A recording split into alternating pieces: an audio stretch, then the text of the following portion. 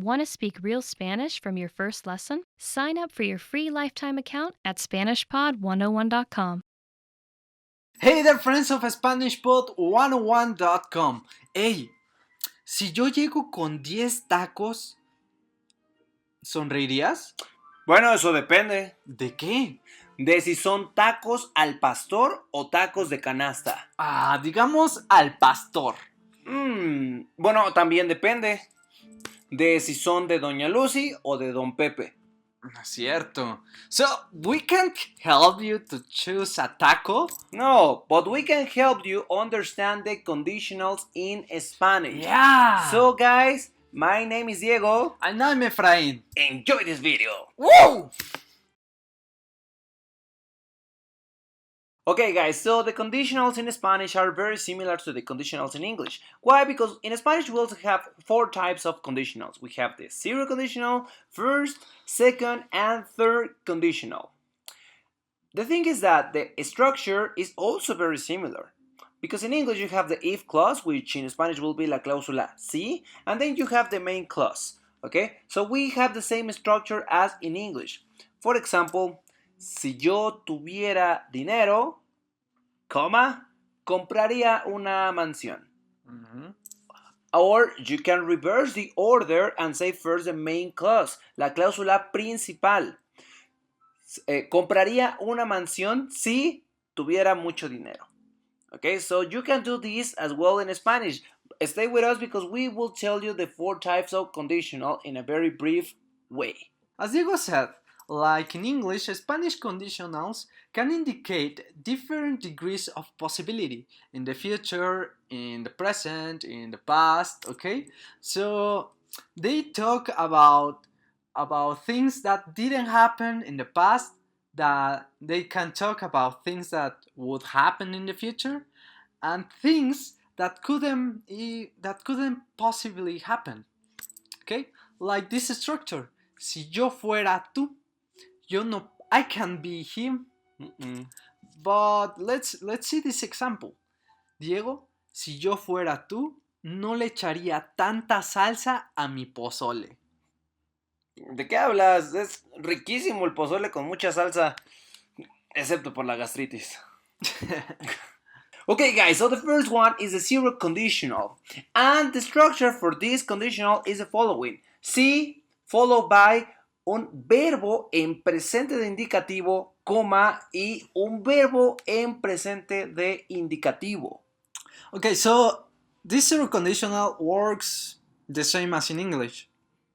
It talks about something that is always or usually true. Yeah. Okay. For example, we have this common one. If you heat water, it boils.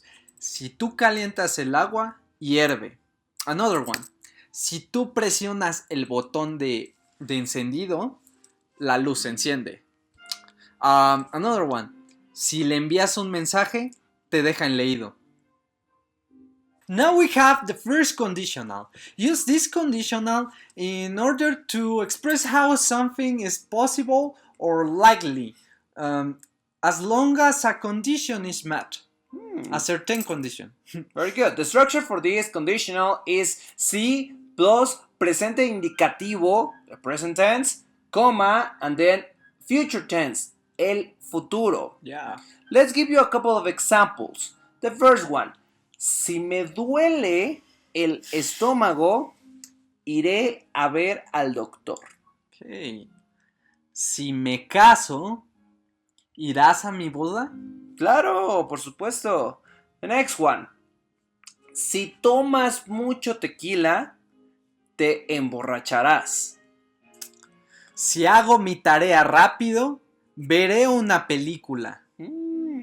Okay guys, so now remember that these are just possibilities that might happen in the future. Okay, so for example, let's take the tequila one. Si tomas mucho tequila, te emborracharás.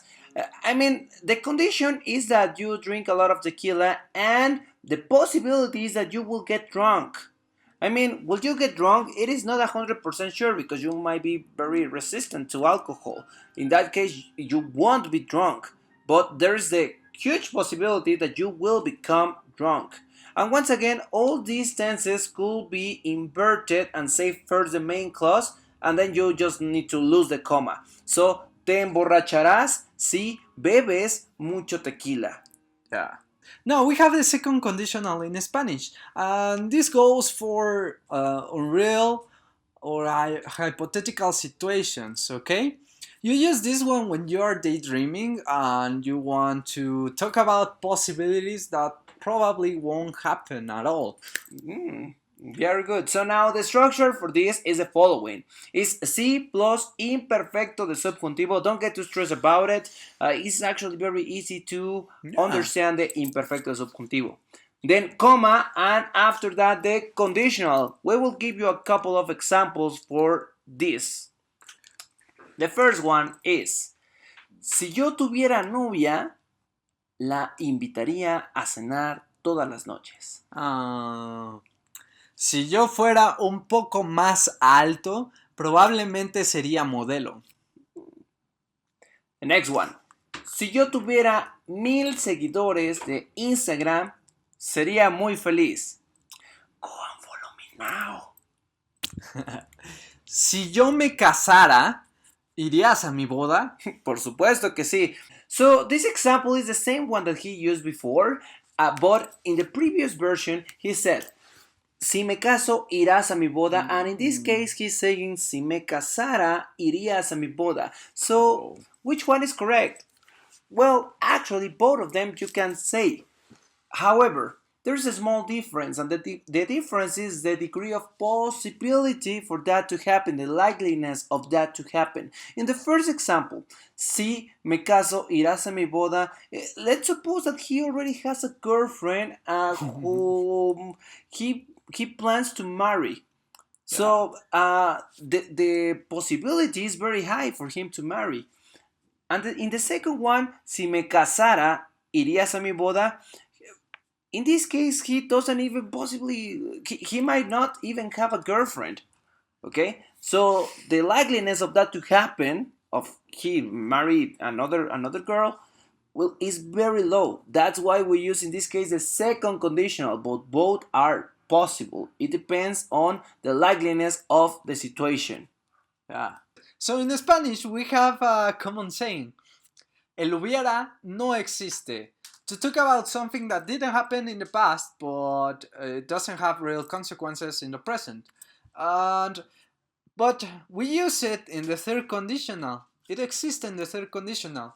And you use this one when you want to talk about something that didn't happen in the past and doesn't have real consequences. Yeah, exactly. And we use it a lot. So you might have heard this word before, hubiera, and that's for the third conditional. And the structure is the following. Si plus perfecto de subjuntivo, but I know it sounds very daunting, this grammar term, but it is very easy. It is actually just the hubiera form with the participio of a verb.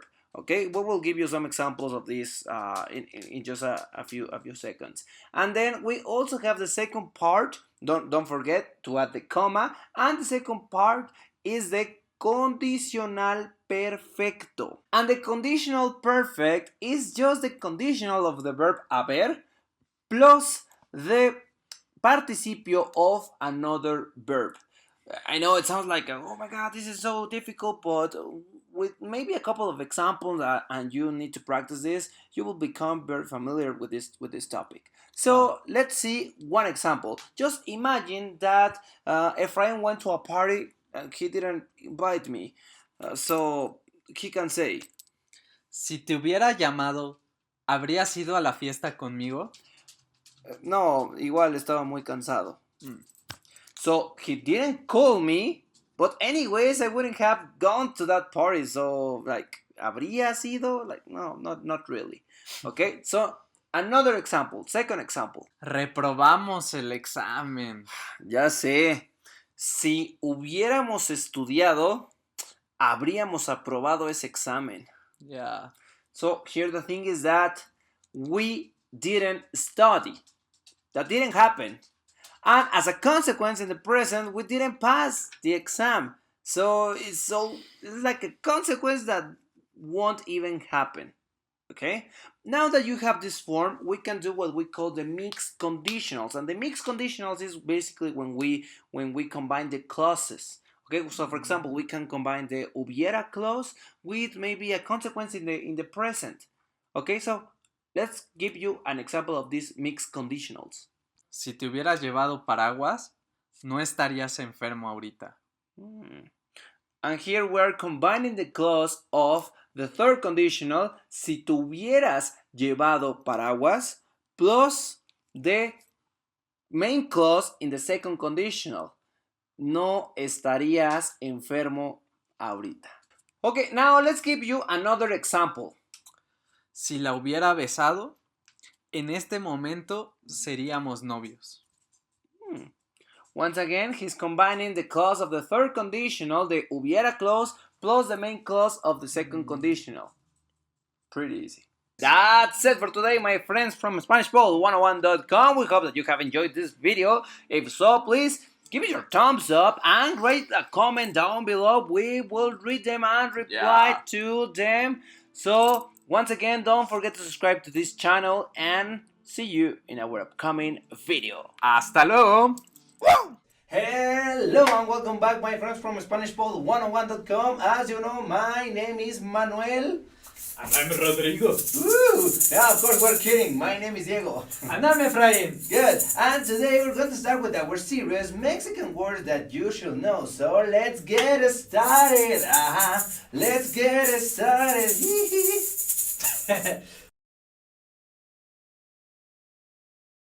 Okay, guys, first of all, we want to tell you that we tried to do this video 3 times.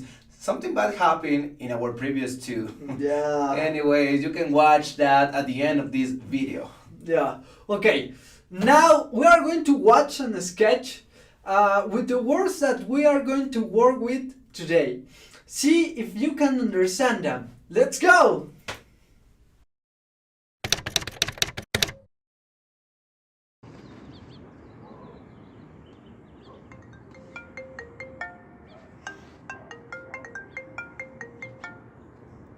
Hey, hermano. ¿Qué onda, carnal? ¿Cómo estás? No muy bien. ¿Por qué? ¿Qué tienes? Tuve una pelea con mis papás y... está muy cañona la situación. Ey, pero no te me achicopales. Mira, hay un café cerca de la casa. ¿Por qué no vamos ahí y echamos el chat? Sí, claro. Solo que tengo un bonche de cosas en mi cartera, pero ninguna de ellas es dinero. Ey, no te preocupes por eso. Yo pago. Cámara, va. Oye, pero ¿en dónde estás ahora? Estoy en el parque donde siempre nos encontramos. Ah, perfecto. Entonces voy para allá. Sí, claro. Te espero. ¡Ey, Efraín! ¡Ey! ¿Ya listo? Sí, solamente... Espera, es que estoy muy cucho para ese lugar. Claro que no. Déjame irme a cambiar. Será rápido. Chale, no. Mejor vamos a quedarnos aquí y platiquemos. Pero me da cosa que mis papás me vean porque me salí sin permiso. No, tranquilo, mijo, no creo que pase eso. ¿Seguro? Seguro. Rayos, creo que es mi mamá. Ya nos cayó el chahuizle. As you might have understood, one of the words that we used was achicopale. And achicopale is basically like a minor state of depression, something that is not too high or too low. For example, Diego, se murió mi perro. Firulais. Mira, no te me achicopales. Después compramos otro perro y Firulais número 2. No hay problema. Okay, the second word here is cañón, and you use it to describe that something is difficult. For example, Diego, ayer hice mi examen de ingreso a la maestría. ¿Qué tal? Estaba bien cañón. Creo que no entré. Claro que sí vas a pasar, por supuesto. Okay, so the next word is carnal. And carnal is one of the ways to call your best friend. So, for example, I can say, Efraín no es mi amigo. Él es mi carnal. Oh. Okay, the next one is bonche.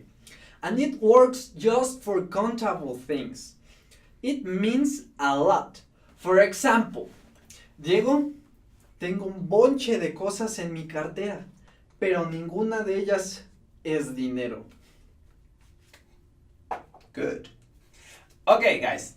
The next word is chal. And we normally use this word with the expression echar el chal. And echar el chal basically means to go with a friend to a cafeteria or to something healthy and have like a brief talk. So, for example, Efraín, hay un café muy cerca de aquí. ¿Por qué no vamos y echamos el chal? Claro, vamos. The next word is cucho, and you will use it to describe something that it is in bad shape or something that doesn't look good or something that is not well done. For example, Diego, tienes que levantar tu cuarto. Está bien cucho, bien sucio, bien todo está desordenado, está bien cucho. Gracias, yo también te quiero. Okay, the next one is cámara. And that's one of the ways for saying okay. So, for example, Efraín, ¿por qué no vamos a la plaza a patinar sobre hielo? Ok, cámara. Bien. Vamos. Okay, the next one is chale, which means oof. Just like that. Oof. For example, Diego, al llegar aquí a tu casa me di cuenta de que se me perdió la cartera. Chale. Sí. Chale. Okay, the next one is chahuizle. And we will normally use this word in the expression ya nos cayó el chahuizle. So, you're going to use this when you know that something bad is going to happen. For example, when you see a policeman coming by and you're drinking alcohol in the street, that you know that that's forbidden, you know that something bad is going to happen because he's going to give you a ticket. So, in that case, you can say, oh, ya me cayó el chahuizle. Yeah. Okay, the last word is mijo. And you will use it to call a friend or a neighbor or someone of your neighborhood. This word is commonly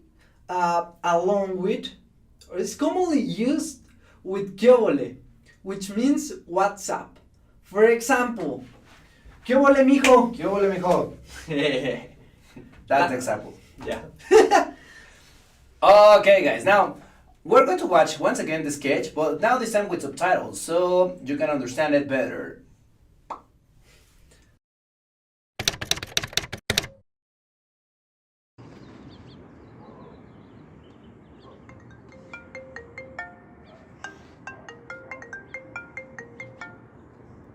Hey, hermano. ¿Qué onda, carnal? ¿Cómo estás? No muy bien. ¿Por qué? ¿Qué tienes? Tuve una pelea con mis papás y... está muy cañona la situación. Ey, pero no te me achicopales. Mira, hay un café cerca de la casa. ¿Por qué no vamos ahí y echamos el chal? Sí, claro. Solo que tengo un bonche de cosas en mi cartera, pero ninguna de ellas es dinero. Ey, no te preocupes por eso. Yo pago. Cámara, va. Oye, pero ¿en dónde estás ahora? Estoy en el parque donde siempre nos encontramos. Ah, perfecto. Entonces voy para allá. Sí, claro. Te espero. ¡Ey, Efraín! ¡Ey! ¿Ya listo? Sí, solamente... Espera, es que estoy muy cucho para ese lugar. Claro que no. Déjame irme a cambiar. Será rápido. Chale, no. Mejor vamos a quedarnos aquí y platiquemos. Pero me da cosa que mis papás me vean porque me salí sin permiso. No, tranquilo, mijo, no creo que pase eso. ¿Seguro? Seguro. Rayos, creo que es mi mamá. Ya nos cayó el chahuizle.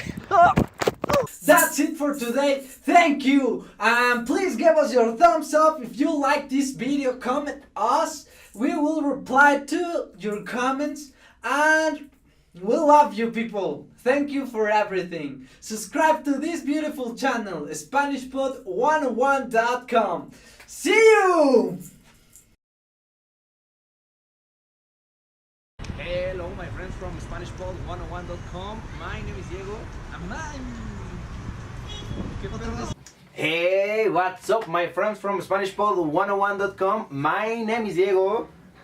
And I'm Efraín. And today we're going to start with our... Hey! No manches, Diego. Ni siquiera te rasuraste para el video. Ya ni la chiflas porque es cantada. Bueno, pues a mí tan siquiera me sale barba y bigote, ve. A ti ni siquiera un pelo. Ah, pasado de lanza. El que se lleva se aguanta. Okay, guys, so do you understand what we said before? If not, in this video we're going to give you a guide to understand the Mexican humor, so enjoy it!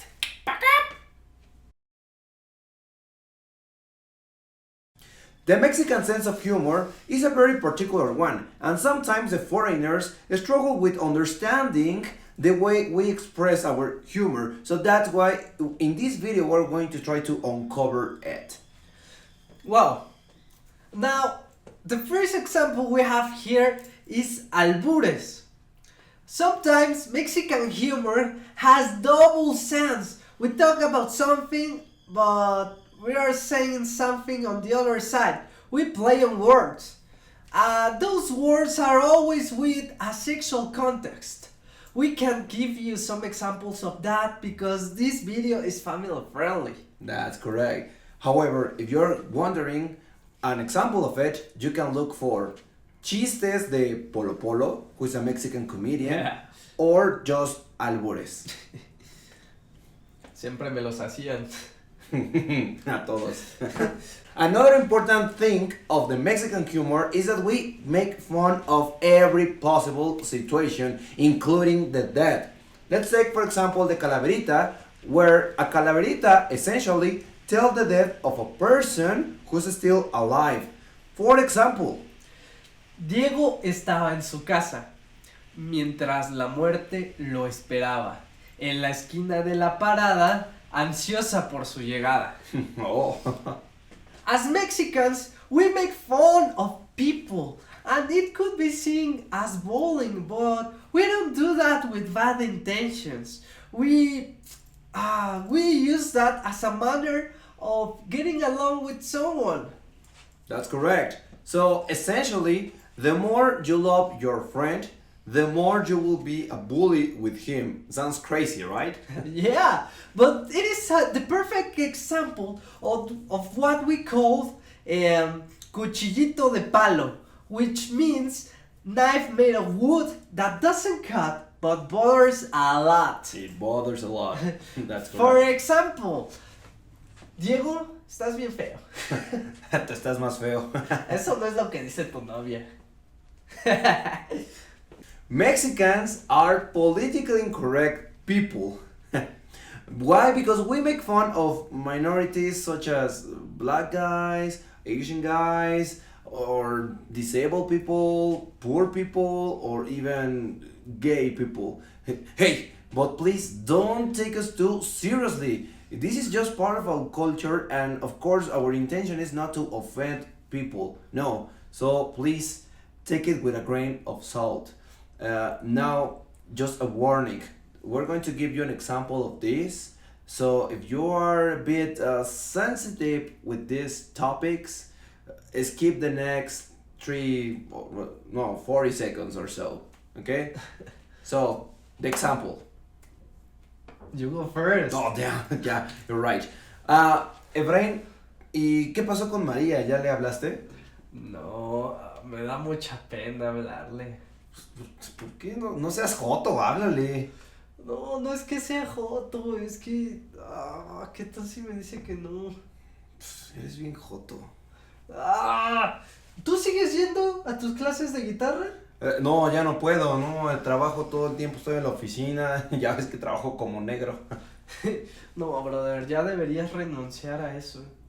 Ni Sí, siquiera te pagan tan bien. tienes toda la razón. Me pagan como niño asiático en fábrica. Casi nada. Everything has a sense of humor if you look for it. In the most tragic and saddest situations, Mexicans have the capability of finding the sense of humor of that situation. For example, we could find these images on the internet during and afterwards the earthquake. Boom, boom, boom, boom. Okay. Yeah, so it's not only for tragic situations, but I mean we make fun of many situations overall, from the saddest one to the most tragic one. Another example would be, Diego, creo que se va a morir mi tía. rayos, bueno, pero ve el lado bueno. Tu casa ya no olerá viejito ni cigarro. Eres un desgraciado, Diego. Another important thing in the Mexican humor is that we tend to use apodos for our group of friends. An apodo is basically a nickname. Therefore, in our group of friends, we always have a chaparro, a short person, or a flaco, a thin person, el gordo, fat person, el negro, the brown skin or black skin person, and so on. So, for example, in my group of friends, I am el mamado, which is the strong person. El que se lleva se aguanta. In Mexico, this is a very popular expression. It could be translated in English as if you can't stand the heat, stay out of the kitchen. And everything could be fun, everything could be loud until someone makes us pay back in kind. For example, Diego, estás bien feo. Ah, tú estás feo. Eso no es lo que dice tu novia. Bueno, pero por lo menos mi novia no me ha dejado por mi primo. ¡Ey! No, espera, regresa. Te llevas y no te aguantas. Hey there, friends of SpanishPod101.com. Thank you for watching this video. We hope you liked this. Please write your comments down below and share it with other learners so we could reply to every comment that you have for us. Okay? Thank you and see you in the next one. Hasta luego! Want to speak real Spanish from your first lesson? Sign up for your free lifetime account at SpanishPod101.com. Hello and welcome back, my friends of SpanishPod101.com. My name is Diego. And I'm Efrain. And today we have the second video of how to express emotions and sickness in Spanish. So we hope that you enjoy this video. Woo! Okay guys, so as we said, this is our second video on how to express emotions and sickness in Mexican Spanish. And the first one that we want to tell you is el córrele que te alcanza. That's another way for calling the diarrhea. So, sabes, tengo el córrele que te alcanza, así que vuelvo en un momento. Tú sigue grabando. Okay. Next one is se me subió el muerto. Have you felt that you wake up in a nightmare? Or you wake up and you can't even move? You can't say no word, you can't say anything, or even you can barely breathe. I mean, you feel someone on you, and this person or this something is very scareful and you can't move because of it. Well, you call it se me subió el muerto. ¿Y a ustedes se les ha subido el muerto alguna vez? Bueno. Oh my god, that was very hard. Okay, guys, so the next one is going to be el soponcio or el patatús, which is like a way for calling, it's a situation where you feel very anxious about something because maybe you got scared for something, and you feel like a mix of emotions within you that enables you to even move or articulate a word, right? So, for example, Efra, el otro día recibí una llamada y me dijeron, hey, tenemos secuestrado a tu hijo, y me dio el patatús. Pero después recordé, hey, yo no tengo hijo.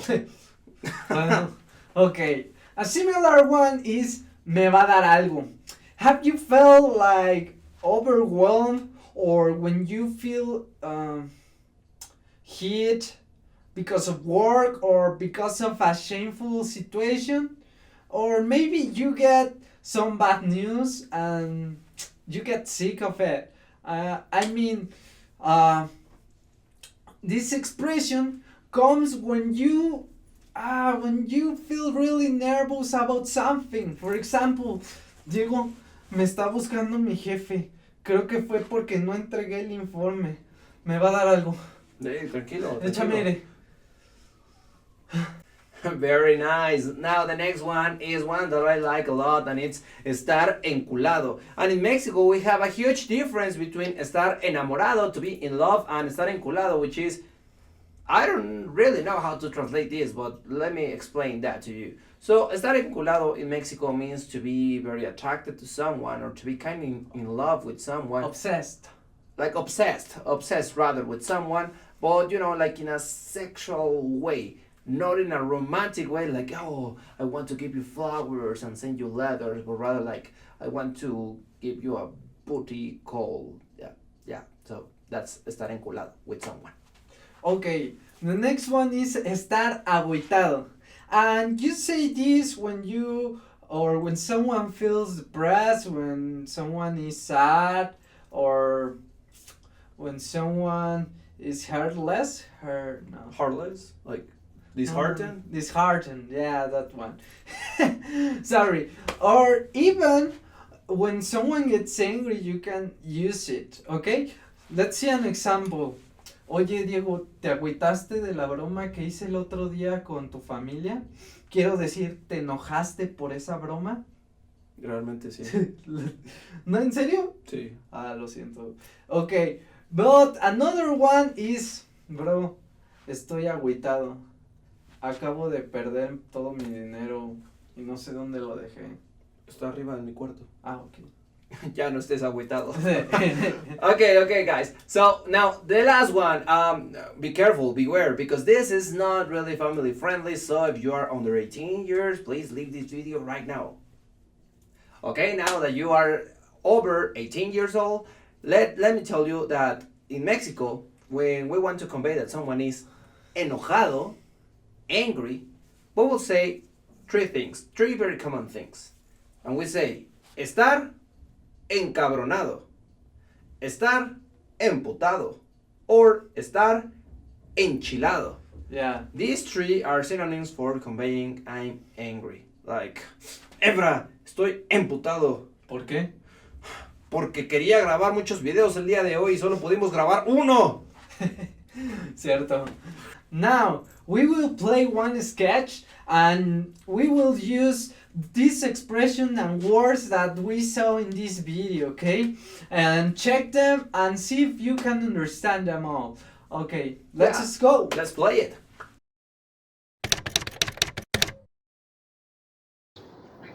¿Qué rayos, Efraín? ¿Qué estamos haciendo aquí? Oh. Te traje aquí para hablar. Estás agüitado, ¿verdad? No, ¿por qué? Vamos, se te ve en la cara. Bueno, a decir verdad, anoche se me subió el muerto. No te pases, es la sensación más horrible que pueda sentir. Y a decir verdad, ya van 2 noches seguidas que me sucede. ¡Wow! ¿Y ya hiciste algo para solucionar eso? La verdad es que no, tengo otras cosas en la cabeza. Ah, es porque cortaste con... Sí. No digas su nombre. Ok. ¿Sabes? Lo que yo creo que te pasa es que estás enculado. A mí me pasaba igual con mi exnovia. La alucinaba, lloraba por las calles y Y bueno, no manches, yo creí que ya me estaba dando el soponcio. ¿Y luego? ¿Qué tienes? Traigo el correle que te alcanza. No seas asqueroso, ve al baño. Solo estoy bromeando.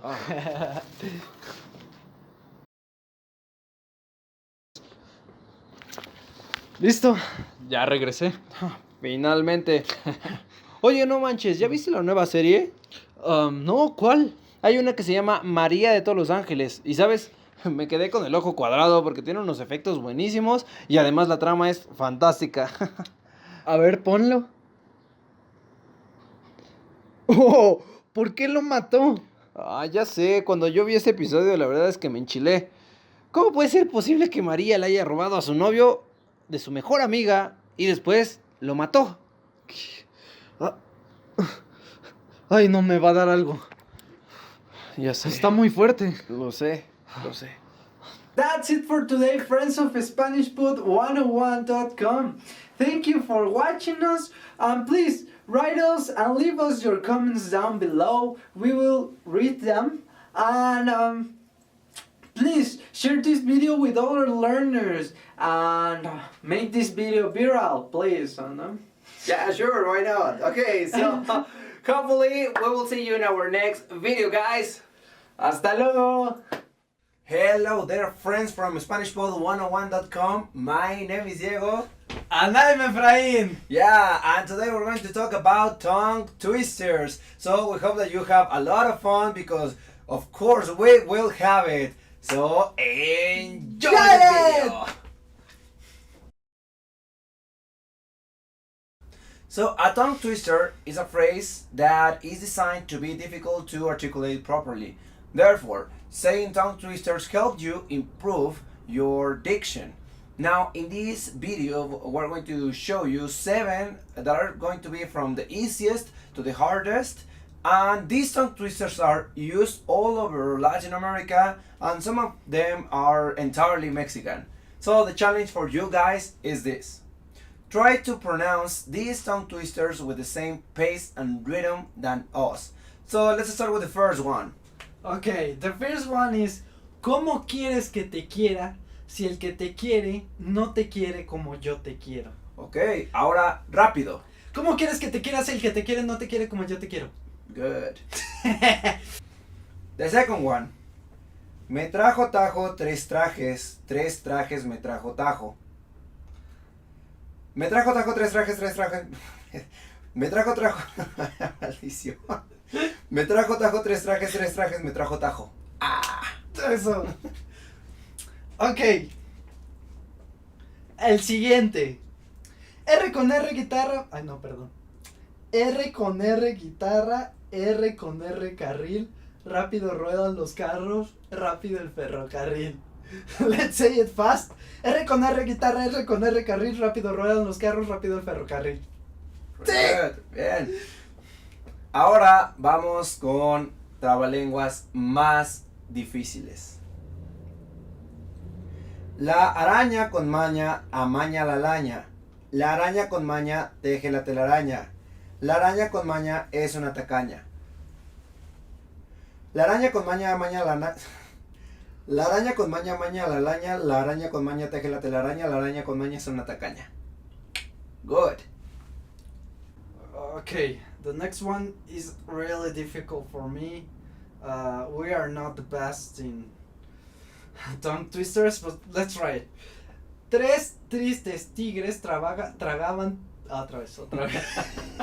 3 tristes tigres tragaban trigo en 3 tristes trazos en un trigal. En un trigal, 3 tristes tigres tragaban trigo en 3 tristes trastos. Okay, let's say fast.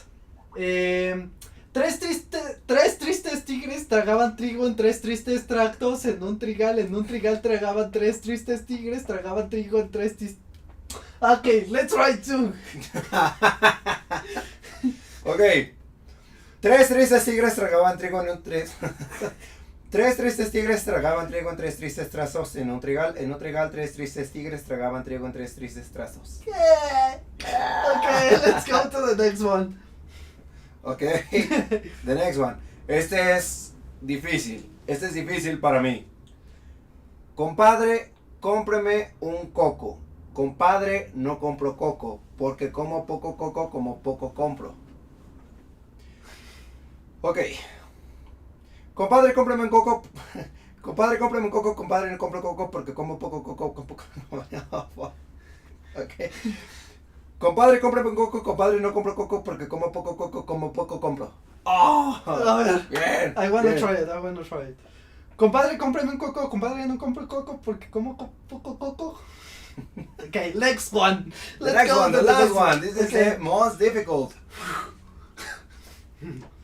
El volcán de Parangaricutirimícuaro se quiere desparangaricutirimícuarizar y quien lo desparangaricutirimícuarice será un gran desparangaricutirimícuarizador. Okay, once again. El volcán de Parangaricutirimícuaro se quiere desparangaricutirimícuarizar y quien lo desparangaricutirimícuarice otra vez, desparangaricutirimícuarice. Ok. El volcán de Parangaricutirimícuaro se quiere desparangaricutirimícuarizar y quien lo desparangaricutirimícuarice será un gran desparangaricutirimícuarizador. ¡Sí! A ver, try to. Sí, try. No, I don't want to try it. Okay, so this is a bonus for you guys. I haven't found a single person that is able to pronounce this. Okay, so we have a name, and the name is Eustaquio, right? That's the name of a person, Eustaquio. But are you able to pronounce Eustaquio 3 times? Are you able to say it 3 times in a row and very fast? I haven't found a single person that is able to do it. So why don't you try? Why don't you say Eustaquio? Eustaquio. Okay, and I try to say it, but 3 times. 3 and times. fast. Fast or slow? No, fast. Eustaquio. No. Eustaquio. No. Eustaquio, ¿verdad? Eustaquio. Eustaquio. Eustaquio. Hopefully, guys, you can do this. If so, please let us know in the comment section. So that's it for today. Thank you for watching us, friends from SpanishPod101.com. And please give us your thumbs up if you like this video. And please subscribe and write your comments below. And that's it. So see you in the next video. Hello there, my friends from SpanishPod101.com. As you might know, my name is Raul. And I'm Ricardo. Okay, no, of course we're kidding. My name is Diego. And I'm Efrain. And in today's video, we're going to learn how to roll your R's. Ferrocarril. Perro. Rumba. Enjoy the video. Woo! So when you ask a Spanish learner what are the most common complications when learning this language, they would say that those are the verb tenses, subjunctive tense, and the verb to be in its 2 forms, ser and estar. But they have this trouble in common, rolling the R. Yeah, rolling your R's. It is important to remember that rolling the R's is considered a trill. Mm-hmm. This is not necessarily a trick, but rather a skill. And yes, this skill you can develop it. Okay, you can do it. Yeah. There's just a genetic condition that enables you to do it, but it is not common at all. It is not that common at all. Okay, Yeah. so what we're going to do in this video, we're going to teach you how to do it with very simple steps that will take you no more than 2 weeks with daily practice. Yeah. But tell me, why is it important to learn how to roll your R's? Well, it's because some words, when you don't roll your R, they have different meanings. Yeah, that's correct. Yeah, so for example, pero, which means but, pero. But it also has perro. Perro, dog. Yeah, very good. Or for example, we have para, Uh-huh. which means for. Or parra, which is grapevine. Yeah, very good. Okay. Uh-huh. Or for example, we have caro, expensive. Once again, Yeah. caro. And you have carro, car. Yeah, very good. Finally, we have, for example, moro, which is moor. Or morro, which is Mexican Spanish, means guy. Yeah, exactly. So that's why it is important to know how to roll your R's. Yeah. First step, you need to be conscious about how your mouth and your tongue work.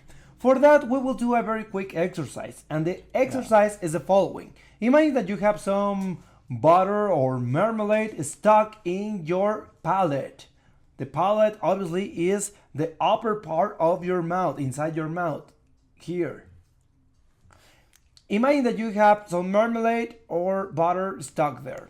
And what you're going to do is you're going to try to scrape it with your tongue, okay? By moving back and forth.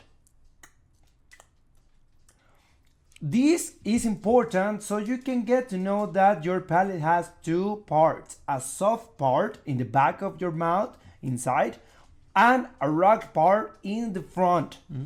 The rock part is what we call the alveolar ring, and this part is important for rolling your R's. Basically, we can say that the alveolar ring is just behind your front teeth. So your front teeth, the alveolar ring is right here. It's a rock part. Yeah. So the second exercise is knowing that you can do a lip trill, okay?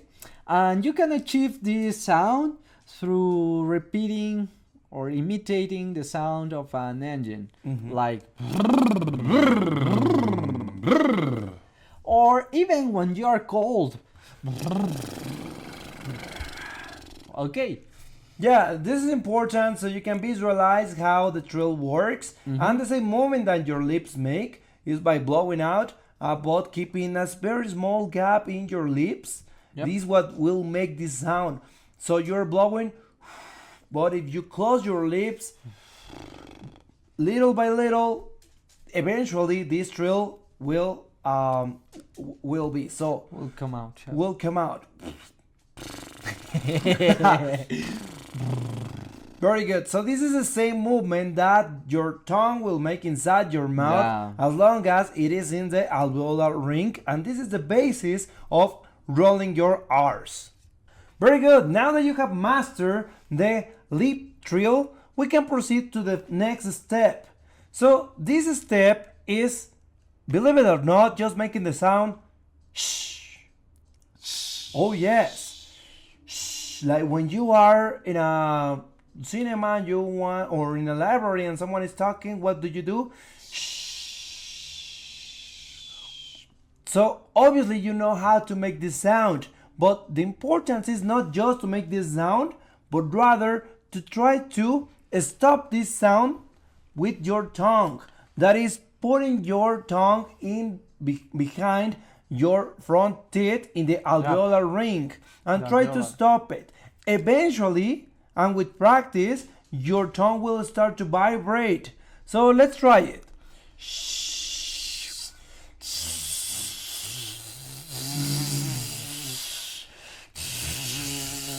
So you see, he has mastered that sound. Very good. So this is the second step. This is important because this will make you aware that your tongue needs to be relaxed. Maybe my tongue is not being that relaxed because I'm talking too much, but your tongue needs to be relaxed so your tongue start vibrating. So once again,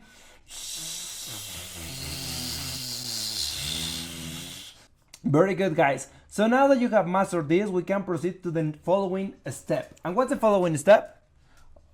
You didn't tell me, man. Jimmy. So you have to keep in mind these three things for doing this exercise.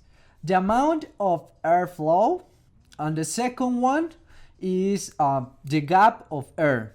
This gap between the tip of your tongue and the ballet. And the third one is how relaxed your tongue is, which is really important to get that vibration. Okay, so very good. Now that your tongue is already vibrating, it could sound more like a jackhammer in a construction or a chainsaw. But you are really close now to the tongue trill, a useful tongue trill for your R's in Spanish. Yeah, which is called the alveolar tongue trill. Yep. Now, we have reached the point where we can get the trill that makes the rolled R's. Okay. This is a little bit different than the closed trill, which we learned before. But in this case, your mouth will be more open and the tip of your tongue must approach the roof of your mouth. It's a little bit more difficult, but here's how we can do it. Exactly. So once again, the tip of your tongue must touch the alveolar ring. Once again, that is right behind your teeth, and your tongue needs to have like a new shape. Okay, a new shape where the tip touches slightly just your ring, alveolar ring. Now your mouth in this case should be slightly open. That is like this. If you don't know where to place your tongue, it's the same as when you say the English word T. Once again, so in this case, what we're going to do is the same what you did with the sh sound. So the first thing is that you need to blow out some air, not too much, not too little, but enough to vibrate your tongue once again.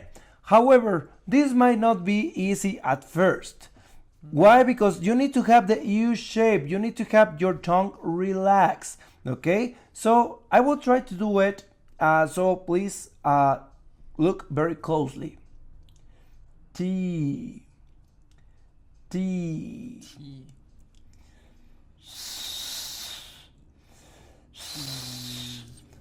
Eventually, if you practice enough, you will find how to relax your tongue, and after some time you will develop finally your roll R.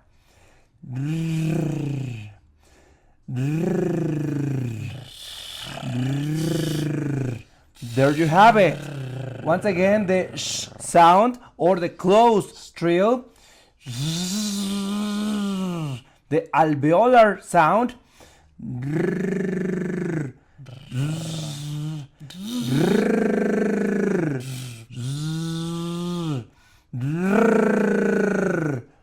very good. Nice. And now you need to practice this. Remember something very important here, guys.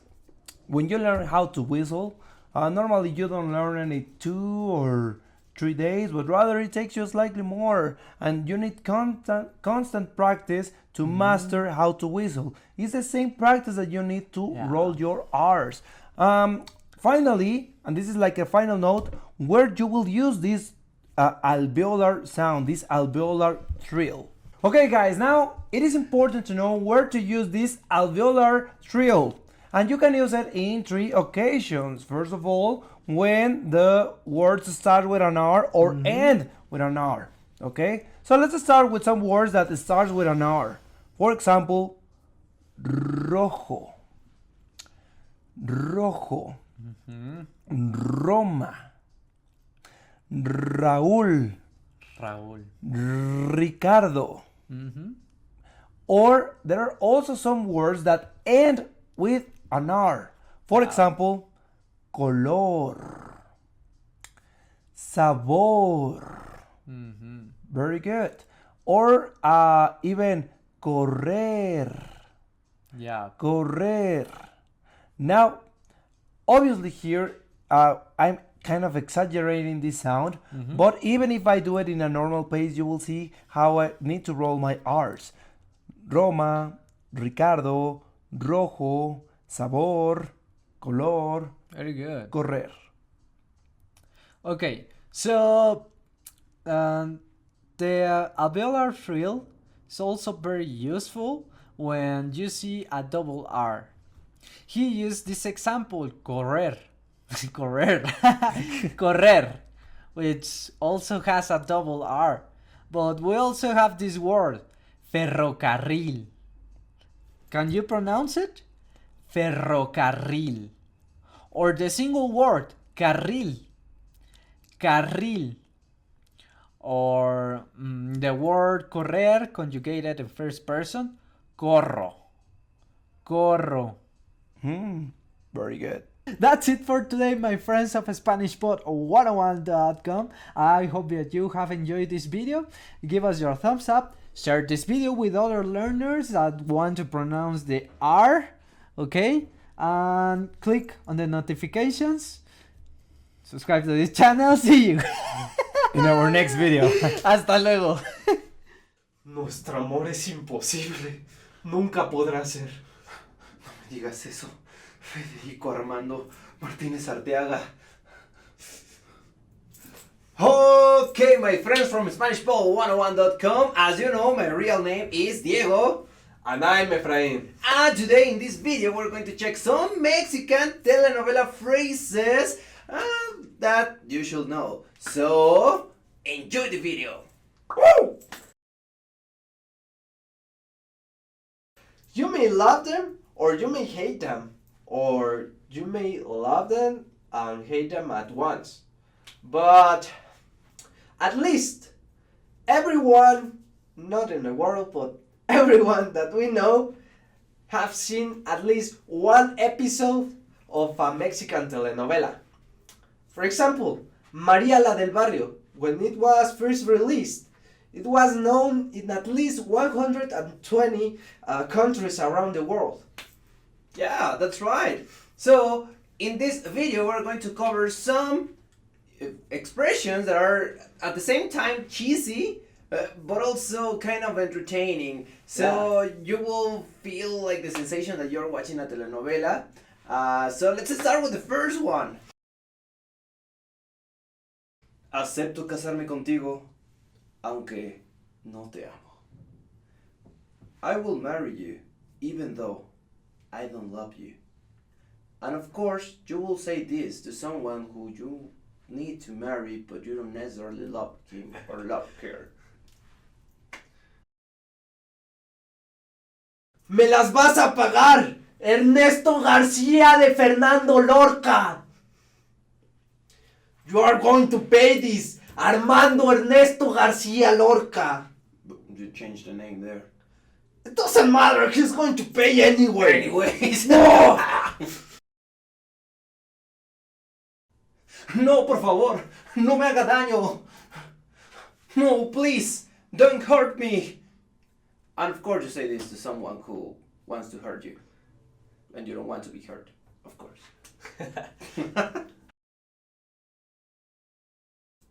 Lo nuestro no puede ser. This can happen. Esa no es. Lo nuestro no puede ser. Our love could never be. And you say this when you don't like a person and you don't want to hurt his or her Feelings. her feelings. Yeah. Me voy a vengar, Pablo, por lo que le hiciste a mi hermana. I'm going to take revenge, Pablo, for what you did to my sister. And of course you will say this when you want to take revenge on someone, so it's pretty easy. Tú y yo somos primos. Esto es pecado. This is you and I are cousins. This is a sin. And of course you say this when you Have a forbidden love between, between cousins. it happens. No, just kidding. Borra eso. Te vas a quemar en las llamas del infierno, José Manuel. You are going to burn in the flames of the hell. So sometimes in Mexican telenovelas, the more adjectives you use, the merrier. So it's not just born in hell, but born in the flames of the hell. Wow. Si no eres mío, no serás de nadie. If you are not mine, you won't be anybody's. And you say this when you break up with someone or someone breaks up with you and You want to kill him or no, of course not. No, you want to show that you can't be with someone else, or you don't want him or don't want her to be with someone else. Of course, this is a Telenovela's line. We would never use it. We will never use it. Well, no, not often. No. Not that often. Not that often. Pero Carla Cecilia, te amo. No importa que esta es la segunda vez que te veo. Carla Cecilia, I love you. It doesn't matter that this is just the second time that I see you. So this is obviously a bit exaggerated because you cannot love someone in just 2 days, right? So, but anyways, in the telenovelas, it can happen because that's true love. Mm-hmm. Nuestro amor es imposible.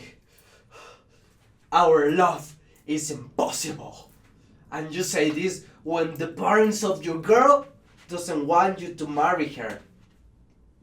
That happens. Or date her only, not just marry her. Diego, algún día encontraré el amor. Nunca me rendiré. Jamás te rindas. El amor puede estar a la vuelta de la esquina. Oh, sí. Okay, that's it for today, friends of SpanishPod101.com. If you like this video, please share it with other learners and give us your thumbs up. Write your comments down below. We will reply to them as soon as possible. And see you in the next video. See you Hasta guys. luego. When learning a new language, everyone should have an ultimate goal to work towards. Whether you want to be able to connect with a relative, easily order food while traveling, or go somewhere new, having an end goal for your learning can be very motivating. A popular but challenging goal is being able to speak like a native speaker. It's difficult to measure exactly when you reach this goal, and it's not something you can pick up using textbooks alone. So how do you work on making your speech more natural? That's what we're going to look at today. Here are 3 tips to help you practice talking like a native speaker. Number 1, focus on vocabulary. If your goal is to speak like a native, you might be really focused on speaking quickly or using as many complex grammar patterns as possible. But in our native languages, we're not always trying to speak as fast as possible, and we use complex grammar patterns when necessary, not to show off. Vocabulary, however, is extremely important to expressing ourselves naturally. Your choice of words can reveal a lot about you and your understanding of the language. Most learners have had the experience of using a phrasebook or a dictionary to find a word they want to use, trying the word in conversation, and getting a look of confusion from the native speaker. In some cases, although your word choice may be grammatically correct, the word may be inappropriate for the situation or totally unnatural. This is especially important in business and other formal situations, where the right level of formality and professionalism is key. Being able to understand nuances in vocabulary words can also help you understand relationships between people just by listening to the conversation. Try to listen to many different types of conversations. Listen to how people talk to their friends, their superiors, and in customer service situations. This will give you a better idea of how to talk to others naturally. In some languages, you can omit words from sentences or use more direct communication styles. It's important to be aware of these things so you can apply them yourself. Colloquialisms and slang are also commonly used in most languages. As this sort of vocabulary is always evolving, it can be difficult to keep up with the latest words. Talk with native speakers and consume media in your target language to make sure you pick up these kinds of expressions. Media is a great resource for your learning. Ultimately, knowing the appropriate vocabulary to use for each situation will really help you sound more knowledgeable. Number 2, perfect your accent. With every language, there are unique pronunciation and intonation challenges. Some languages are tonal languages, and a change in pitch can completely change the meaning of a word. Then there's the fact that most countries have multiple dialects, and so people from one area of the country may sound different from those in another. So what is the best way to listen to a wide range of accents and different pronunciations? Video and audio resources are a great way to do this. YouTube is a perfect place to start because people from all kinds of different backgrounds upload videos to the platform. You can watch educational videos, daily life vlogs, cooking shows, a travel series, whatever interests you. Pay attention to the different ways people speak. Everyone is unique. And then practice speaking like them. This kind of practice can help you sound more natural. One note, please be aware of the type of resources you're using. For example, if you find a video where a speaker uses a rare dialect, it might not be a good idea to use that for your pronunciation practice, unless you have a special reason for studying a specific accent. As a general rule, it's best to try to search for practice resources that use a standard form of the language you're studying. Number 3, copy what you hear. Do you remember how you learned to speak as a child? We rarely learned new words just listening to them, or reading after we learned how. When we were little kids, we imitated the sounds we heard by repeating the sounds out loud. While you're talking to a friend, watching videos, or listening to audio in your target language, you can do this to try and replicate the way they speak. Doing this will help you work on mastering the flow of the language, your accent, intonation, and pronunciation. Of course, you might also pick up some new vocabulary this way. Make sure to repeat new words often. It's a great way to make sure you remember them. Try doing this using a number of different mediums and sources. That way, you'll be exposed to the diversity that the language offers and master the fundamentals of pronunciation. For example, you can watch and imitate several different YouTube videos and audio CDs, but try a few different sources, like different creators or different audio types, to make sure you experience a wide range of communication in your target language. If you're using our language learning program, you can even get your own teacher with Premium Plus. Your teacher can answer questions, give assignments, and even listen to your recordings and give you advice on pronunciation. Completing these kinds of lessons with a native teacher can really boost your confidence in your speaking skills. Becoming able to speak like a native is a popular goal for many people learning a new language. It feels great to be able to communicate smoothly, especially when the people you're talking to expect basic level sentences or broken communication. Try using the tips we've shared in this video to work on improving your speaking skills. Of course, it'll take time and persistence, but the reward will be more natural communication.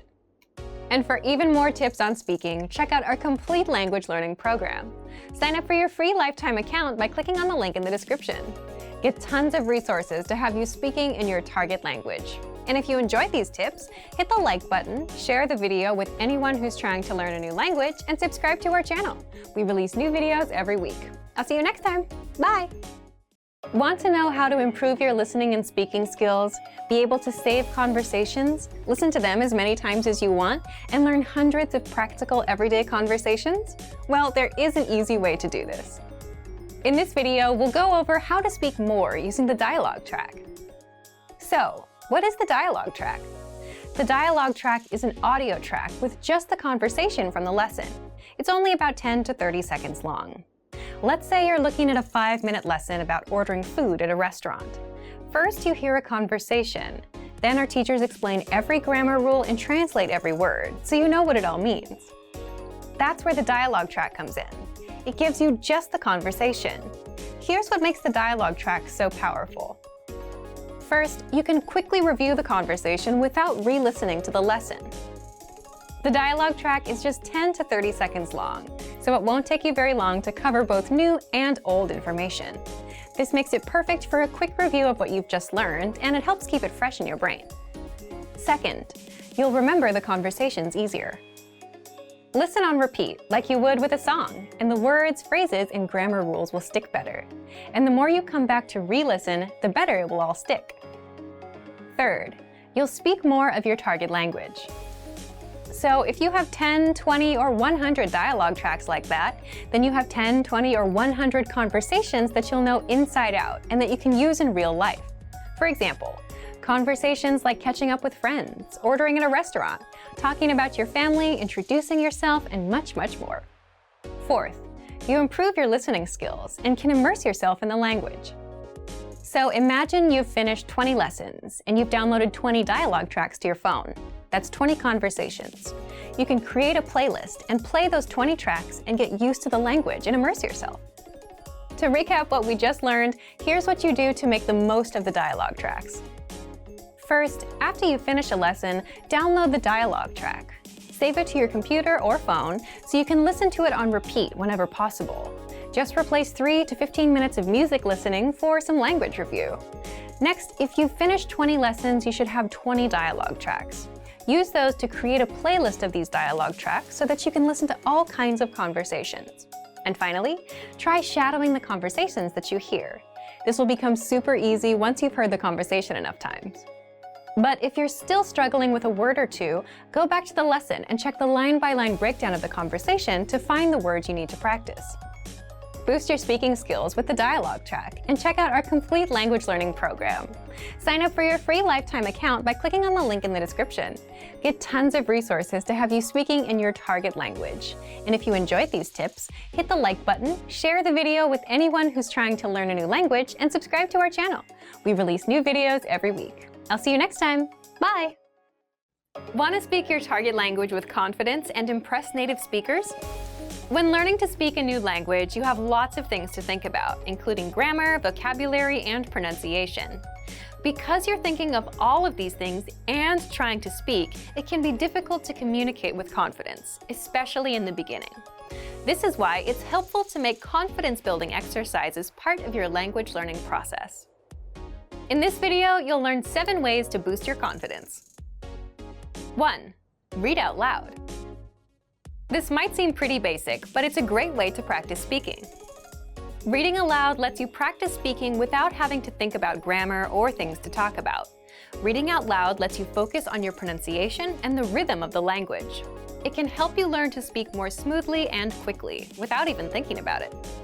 If you're using our lessons, read the dialogue out loud as you listen. You can read along with the dialogue tool, the lesson notes, or the transcript. 2. Read like a child. This might sound strange, but think about children learning to read. They go slow and sound everything out. Maybe it takes 2 or 3 tries before they read a new word smoothly, and a few more tries before they can read it at a natural pace. This example applies to language learning too. If you find a complex sentence in something you're reading, read it slowly at first, then speed up. With practice, you'll be able to say it easily. It might feel a bit silly to speak very slowly, but this kind of practice can help you identify tough sounds you might miss or say incorrectly when reading quickly. 3. Use the dialogue breakdown tool. If you're using our site, this is a great tool to take advantage of. It breaks down lesson conversations into individual lines. You can listen to the audio for each line, learn what each line means, and can reread and review as much as you want. 4. Use the voice recorder to record and compare yourself with native speakers. Just click on the microphone icon next to each line in the dialogue section. You can use this tool to perfect your pronunciation if you like, but this is also something you can use to work on speaking with confidence at native level speed. You'll find this tool in the dialogue section of all of our lessons. 5. Repeat and review old lesson conversations. Reviewing what you've studied in the past is the best way to make sure you maintain what you've learned. Go back to older lessons, download the lesson dialogue tracks, and re-listen to the conversations again and again. Or you can reread the dialogue lines from previous lessons until you've mastered them all. 6. Shadow conversations. Repeat what you hear out loud. This tactic is important, but it can be tricky when you're doing a brand new lesson. If you're reviewing dialogues from lessons you've done though, it's super easy to do. Just listen to the dialogue and repeat what you hear. Shadowing means mimicking the speaker as soon as they speak, following their intonation and rhythms as closely as possible. 7. send recordings to your Premium Plus teacher. If you want to speak with confidence, there's no better confidence boost than feedback from a native speaker, and you get just that with a Premium Plus teacher. You can record yourself reciting a lesson dialogue or any dialogue of your own, and your teacher will give you specific tips on how to improve. From the tips your teacher gives you, choose at least one and practice, practice, practice. Being able to react quickly and with confidence in a conversation is typically not something you can do on your first try, but if you continue practicing, you'll gradually find yourself speaking with ease. And for even more ways to build your speaking confidence, check out our complete language learning program. Sign up for your free lifetime account by clicking on the link in the description. Get tons of resources to have you speaking in your target language. And if you enjoyed these tips, hit the like button, share the video with anyone who's trying to learn a new language, and subscribe to our channel. We release new videos every week. I'll see you next time. Bye! When you start out learning a foreign language, everything is exciting. You pick up new words and basic phrases fairly quickly. The first time you say a greeting or answer the question, "How are you?" you might even get a little thrill. Speaking fluently doesn't feel that far off, and at this point, it really does seem like language learning isn't all that difficult. But after a week or two, things begin to change. After a few weeks of study, you start to hit walls as you're faced with strange grammar, vocabulary, and pronunciation. Everything about learning a new language seemed promising and hopeful before, but now you start to realize how difficult it's going to be. Speaking the language now feels like a long, far-off goal that you may or may not achieve one day.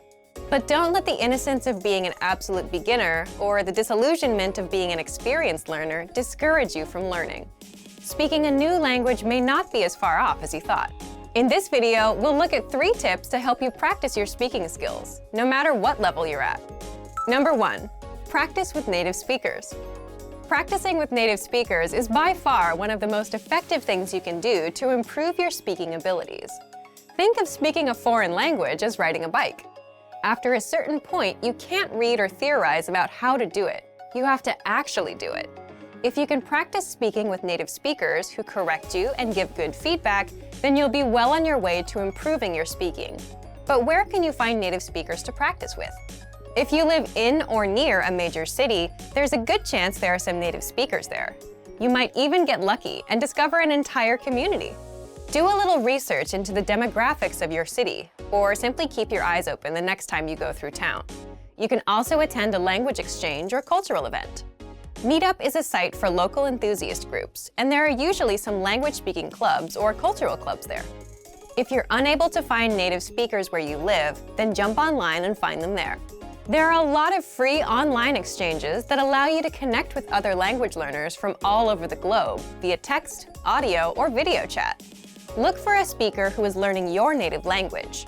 You can spend an hour or so helping each other in your respective target languages. This is a highly practical and helpful way to learn. It's also a great way to learn more directly about the culture you're studying in a real way. Number 2, devote some time to learning pronunciation. Pronunciation often isn't the first skill people think of working on when learning a foreign language, but that doesn't mean that it isn't important. Truth be told, you don't absolutely need a great accent to speak or understand every language. However, a decent accent can vastly improve your listening and speaking abilities in ways you might not expect. Being able to pronounce words and sounds makes it a lot easier for you to remember and understand new words simply by hearing them. If you can physically make a sound with your mouth, then you can mentally remember it. Once you have a good accent, the new language won't sound as foreign as it once did, and you'll be able to understand rapid speech, as well as pick up the definition of new words based on their conversational context. But how can you improve your accent? If you're serious about developing your accent, then you'll want to dissect the language's sound system into its individual parts. First by letters, then individual words, followed by whole phrases. Start doing some mild research on the phonetics of your target language. You don't have to get too technical here. Just try to get an idea of some of the main differences between it and your native language. Find out where native speakers usually put their tongue while saying certain sounds, or pay attention to the shape of their mouths when they speak. Is it open or closed? These subtle differences are what really help you improve. Once you get the letters down, start listening to native audio and compare your pronunciation to the native speakers. Our language learning program's playback feature is a great way to accomplish this. Take a phrase from a lesson and start by practicing the individual words, playing the audio back at a slower speed and then again at a regular speed. After comparing your speech to the audio, combine the words to make complete phrases, imitating the intonation of the native speakers. This precise method of pronunciation practice is one of the most efficient and effective ways to learn pronunciation. Number 3, imitate, don't just repeat. Anytime you speak, do your best to imitate the native speakers you've heard and practice with. Match the way their intonation rises and falls. Pay attention to their word order. It's even a good idea to match some of their body language. This degree of imitation will probably feel weird at first, but it reinforces fluency in the language and breaks you out of the parrot trap, where you simply learn and speak through rote memorization or repetition. This is a common problem that's often cited with other less effective language learning methods. Speaking a language is like playing music or dancing. You don't want to just know it. You want to live in the moment and feel it as you use it. You don't sit and think of what you're going to say in your native language before you say it. Why would you expect to do the same in a new one? Don't let ruffled expectations make you think that speaking a new language is impossible. Yes, it's difficult, but it probably isn't as difficult as you think it is. With a little determination and some faithful practice, you might be surprised how quick and how far you can progress. Use these tips to better practice the language and see real results in your speaking abilities. And for even more ways to practice your speaking, check out our complete language learning program. Sign up for your free lifetime account by clicking on the link in the description. Get tons of resources to have you speaking in your target language. And if you enjoyed these tips, hit the like button, share the video with anyone who's trying to learn a new language, and subscribe to our channel. We release new videos every week. I'll see you next time. Bye! Want to speed up your language learning? Take your very first lesson with us. You'll start speaking in minutes and master real conversations. Sign up for your free lifetime account. Just click the link in the description.